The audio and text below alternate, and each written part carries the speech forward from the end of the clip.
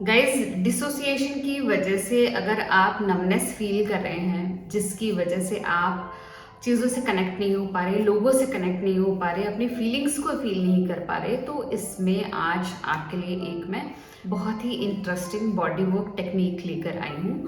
ये टेक्निक आपको अपनी लाइफ में ज़रूर यूज़ करनी चाहिए अगर आप अपनी नमनेस को ओवरकम करना चाहते हैं। Hi guys, welcome to my channel healing process. मेरा नाम है सुमन।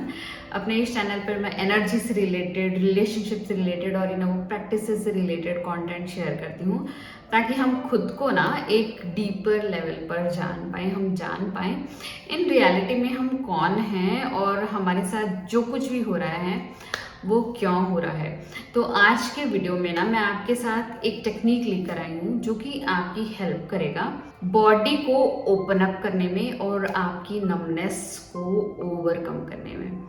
इससे पहले मैं आपको कुछ जनरलाइज्ड आइडिया देना चाहती हूँ कि क्यों हमें बॉडी वर्क करनी चाहिए, अपनी लाइफ में बॉडी वर्क टेक्निक्स को ना यूज़ करना चाहिए।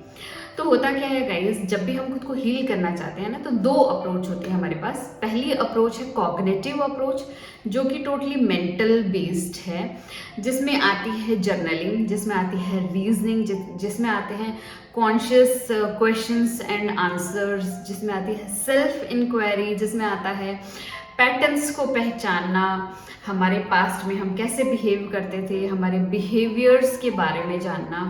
अगर वो पैटर्न्स काम नहीं कर रहे हैं तो उन पैटर्न्स को ब्रेक करना, देन नए पैटर्न्स को लेके आना जो हमारे लिए बहुत ज़्यादा बेनिफिशियल हैं, देन उसको रिपीट करते रहना ताकि हमारे ये जो सबकॉन्शियस माइंड में ना वो चीज़ सेट हो जाए, नया न्यूरल पाथवे क्रिएट हो जाए। गाइस, दूसरा मेथड है बॉडी वर्क। जो बॉडी वर्क है वो कम्प्लीटली बॉडी बेस्ड है, क्योंकि हमारी जो फिजिकल बॉडी है ना, इसमें ही सारे इमोशंस, सारे ट्रॉमा स्टोर्ड होते हैं। इस बॉडी की अपनी ही एक मेमोरी होती है और इसमें जो कुछ भी हमारे साथ हमारे पास्ट में बुरा हो चुका है या फिर जो हर्टफुल था, पेनफुल था ना, वो सब कुछ स्टोर्ड है। मैंने बहुत लोगों को देखा है, जब भी मैं उनसे कुछ क्वेश्चन पूछती हूँ ना, तो वो अंदर से तो ना नो कहना चाहते हैं, लेकिन just for the sake of my happiness ना वो यस कर देते हैं। वो यस मुंह से बोल रहे होते हैं, लेकिन उनकी बॉडी ना ऐसा लगता है जैसे वो नॉड इस तरीके से कर रहे हैं और उनकी जो बॉडी है ना एकदम क्लोज्ड होती है और ऐसा लगता ही नहीं है कि वो अंदर से ना मतलब यस कहना चाह रहे हैं, अंदर से वो नो कह रहे होते हैं। इसलिए हम कितना ही चाहे छुपाएं, लेकिन ये जो फिजिकल बॉडी है ना, हमें टाइम टू टाइम इंडिकेशंस देती रहती है, सेंसेशंस देती रहती है। अगर हम इनको नोटिस करेंगे ना, तो ये हमें बहुत सारे राज रिवील कर देगी। कई बार हमें ऐसा लगता है अगर हम कॉन्शियसली कोई चीज़ बोलेंगे तो बहुत आसानी से हम लोगों को इम्प्रेस कर सकते हैं, बट नहीं, हमारी जो बॉडी लैंग्वेज है, हमारी जो बॉडी है ना, बहुत कुछ इससे कह देती है और बिल्कुल भी आसान नहीं है चीज़ों को छुपाना। हमें ऐसा लगता है कि शायद अगर हम थोड़ा सा मैनिपुलेट कर देंगे तो लोग मैनिपुलेट हो जाएंगे। नहीं, ऐसा नहीं होता है। एक्चुअली हमारा जो सबकॉन्शियस माइंड है ना, बहुत इंटेलिजेंट होता है, बहुत आसानी से भांप सकता है। हम चाहे वर्ड्स यूज़ करें या ना करें, लेकिन बहुत आसानी से भांप सकता है कि दूसरे के माइंड में क्या चल रहा है। और वैसे भी हमारी जो कॉन्वर्जेशन है ना, ये वर्बल कॉन्वर्जेशन सिर्फ 7% ही काम की है, क्योंकि इसके अलावा जितना भी कम्युनिकेशन है ना, वो आपस में बॉडी लैंग्वेज के थ्रू ही हो जाता है। तो इस वहम में कभी भी ना रहें कि हमारे वर्ड्स ज़्यादा मैटर करते हैं, बल्कि हमारी जो फिजिकल बॉडी है ना, ये मैटर करती है। इसीलिए ना हमें हमारा बॉडी वर्क करना ज़रूरी है, क्योंकि इस बॉडी में जो कुछ भी स्टोर्ड है ना, वो हम आज नहीं तो कल दूसरों में रिवील कर देंगे। तो एक चीज़ आपसे शेयर करूँगी। कुछ साइंटिस्ट ने ना बहुत टाइम पहले, वेरी स्टार्टिंग, एक एक्सपेरिमेंट किया था, जिसमें उन्होंने एक पेट्री डिश में ना एक अमीबा लिया था। अमीबा क्या होता है? सिंगल सेल्ड ऑर्गेनिज्म होता है, वो रखा था। और उस अमीबा के सामने ना एक स्टिमुलाई रखा था। स्टिमुलाई मतलब कुछ भी एक खाने का टुकड़ा कह सकते हैं, कुछ भी ऐसा जो कि उसको कोई रिएक्शन देने पर मजबूर कर देता है। तो उस स्टिमुलाई को रखा और वो जो स्टिमुलाई था ना वो बहुत अच्छा था, वो उसके ग्रोथ के लिए बहुत अच्छा था। तो जैसे ही उस अमीबा को ये लगाना कि ये मेरी ग्रोथ के लिए अच्छा है, मुझे न्यूट्रिशन दे सकता है, मेरी हेल्प कर सकता है, तो क्योंकि अमीबा सिंगल सेल्ड होता है, उसके हाथ पैर कुछ भी नहीं होते हैं, तो उसके ना थोड़ी देर बाद सूडोपोडिया निकलने लगे। Pseudopodia are false legs and feets and hands. तो उसके जो सूडोपोडिया है ना, उस फूड के पार्टिकल को इनगल्फ करने के लिए ना आगे बढ़ने लगे, और एक टाइम आया उसने फुल्ली अपने सूडोपोडिया से उस पार्टिकल को एम्ब्रेस कर लिया। ये था ओपन जेस्चर। जैसे ही उसने एक ग्रोथ स्टिमुलाई को देखा, उसकी बॉडी ओपन अप होकर उसको बहुत आसानी से इंगल्फ कर गई। इसका ऑपोजिट उन्होंने एक्सपेरिमेंट किया, जिसमें सेम अमीबा को रखा, लेकिन जो स्टिमुलस था ना वो डेंजरस था। तो जैसे ही उस अमीबा ने उस डेंजरस स्टिमुलाई को देखा ना, उसके जो सूडोपोडिया है ना वो अंदर चले गए, और वो एक छोटा सा सेल एक गोल गोल सा बन के एक किनारे में बैठ गया। उसने कोई भी रिस्पॉन्स नहीं दिखाया, वो जस्ट बैठा रहा, कोई मूवमेंट देखने को नहीं मिला। ये था क्लोज्ड जेस्चर। ऐसा ही हमारी लाइफ में होता है गाइस, जब भी हम कोई डेंजर देख लेते हैं, कोई थ्रेट देख लेते हैं ना, हमारा पहला रिएक्शन यही होता है कि हमारा जो बॉडी है वो एकदम क्लोज हो जाती है, हम डर जाते हैं, हम फाइट एंड फ्लाइट में भी आ जाते हैं। जब भी हमारी बॉडी फाइट एंड फ्लाइट में होगी ना गाइस, डेंजर को देखते ही, तो एक चीज़ हमारी बॉडी जो करती है वो ये होता है कि वो इम्यून सिस्टम को शट डाउन कर देती है, क्योंकि इसका मेन फोकस हमारी इम्यूनिटी को बढ़ाना नहीं होता, उसका मेन फोकस होता है फाइट एंड फ्लाइट करना, उस डेंजर से भाग जाना। दूसरी चीज़ जो हमारी बॉडी करती है वो होते हैं जितने भी हमारे ग्रोथ हार्मोन्स हैं ना, उन सभी को रोक देती है। हमारी बॉडी में कोई भी रिजुविनेशन नहीं होता, कोई भी वुंड की हीलिंग नहीं होती, हमारी बॉडी खुद को हील नहीं कर पाती, खुद को ग्रो नहीं कर पाती। जो डेंजर है या फिर जो स्ट्रेस है और जो हमारी ग्रोथ है ना, वो एक साथ कभी भी नहीं हो सकती। इस चीज़ को हमें हमारे माइंड में रखना है। लेकिन हमारे साथ क्या हो रहा है कि हमारी जो फिजिकल बॉडी है ना, बहुत सारे इमोशंस को स्टोर्ड करके रख लेती है, क्योंकि उसकी मेमोरी होती है। तो जब भी ट्रॉमेटिक एक्सपीरियंस होता है ना, वो एक पोर्शन है इमोशन का हम अपनी बॉडी में रख लेती है, क्योंकि वो नहीं चाहती हम ओवरवेल्म हो जाए, या किसी वजह से भी हम मतलब परेशान हो जाए, या फिर हमारी डेथ हो जाए, या फिर ये स्ट्रेस इतना बढ़ जाए कि हम मेंटली डिसेबल हो जाएं। इसीलिए ताकि हम शट डाउन ना हो जाए ना, ये एक पोर्शन जो हमारे इमोशन का है हमारी बॉडी में रह जाता है, और ये बॉडी ना ऐसे सारे इमोशन को टाइम टू टाइम स्टोर करती रहती है, और बचपन से लेकर हम इतने बड़े हो जाते हैं और बहुत बड़ा पिटारा हो जाता है हमारे अंदर इमोशन का। इट्स लाइक कि ना बहुत बड़ा बारूद हमारे अंदर बन रहा होता है, और ये हमारी जो फिजिकल बॉडी क्या करती है, इस बारूद को ना छुपा के रखने की कोशिश करती है, क्योंकि बाहर तो ना उसे सब कुछ ही, वो बाहर तो हर चीज़ को ना शक की नज़र से दिखती है, तो उसे ऐसा लगता है कि कोई कुछ कह देगा ना तो मुझे बुरा लग जाएगा, क्योंकि ऑब्वियसली आई हैव वोंट्स ना फ्रॉम माई पास्ट एक्सपीरियंस, या किसी ने कुछ कह दिया या कुछ ऐसा कर दिया, कोई ऐसा रिएक्शन दे दिया जिसकी वजह से मुझे कुछ हर्ट और पेन फील हो रहा है।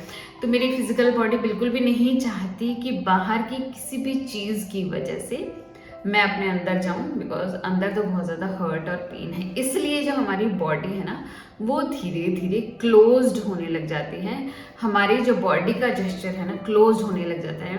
लोग खुशी से भी ना अपने हाथों को बाहर नहीं खोल पाते हैं, खुशी को एक्सप्रेस नहीं कर पाते हैं, वो सिर्फ मेंटल इंगेजमेंट करते हैं, क्योंकि बॉडी तो लगी हुई है ना उस पेन को दबाने में।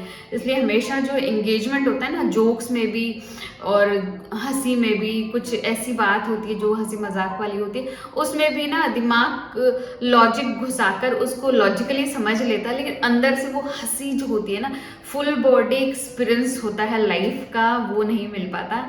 I have gone through this, इसलिए मुझे इसका टोटल एक्सपीरियंस है।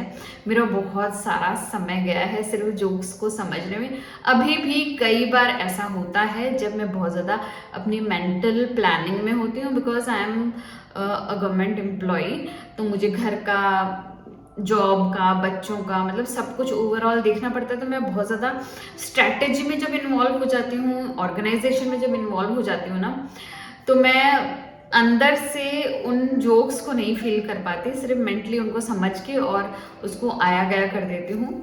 मैं खुद कभी जोक्स नहीं क्रैक करती, because I can not crack obviously. जब मैं इतनी ज़्यादा लॉजिकल हूँ तो मैं जोक्स क्रैक नहीं कर पाती। लेकिन काफ़ी सारा चेंज आया है समय के साथ। अब 100 में से 5% ऐसा होता है एंड 95% मैं खुद को इस चीज़ से ओवरकम कर चुकी हूँ। तो गाइज आप भी कर पाएंगे। तो गाइज ये थी प्रॉब्लम की बात। अब बात करते हैं सोल्यूशन की। अब हमें करना क्या है। ये टेक्निक जो है ना, वो है खुद की बॉडी को ओपन करने की। चाहे हम लॉजिकली करें चाहे बॉडी से करें, बात एक ही है।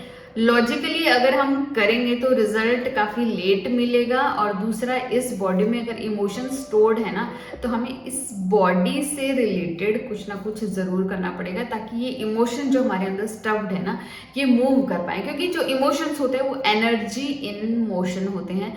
जब तक ये मूव नहीं करेंगे, अपना फॉर्म चेंज नहीं करेंगे ना, हमारी बॉडी में ही स्टक रह जाएंगे।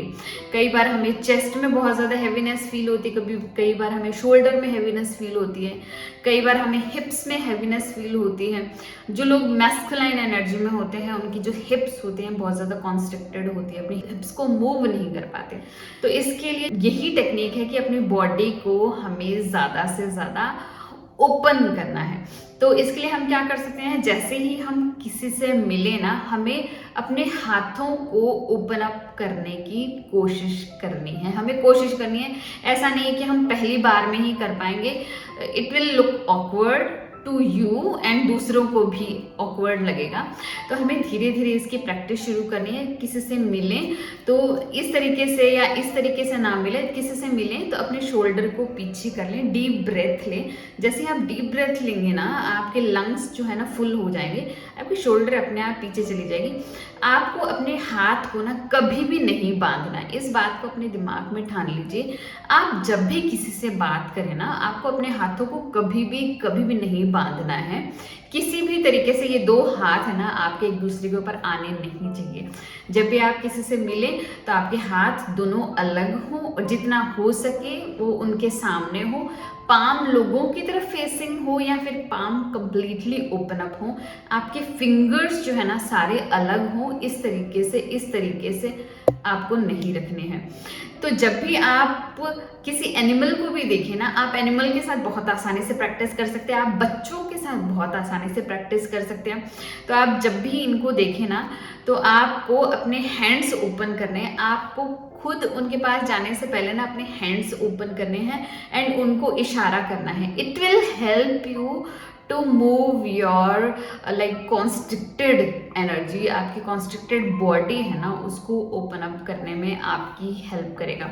दूसरी चीज़ की, जब भी आपको कोई चीज़ ग्रैब करनी हो, कुछ लेने जाना हो ना, ऐसा नहीं हो कि आप उसके पास जाएं और वो चीज़ लेकर जस्ट वहाँ से आ जाए। नहीं, आपको धीरे धीरे उसके पास जाना है, बट एक डिस्टेंस मेंटेन करके खड़े हो जाना है और उसको ना फुल्ली ओपन हाथों से पिक करके अपने पास लेके आना है।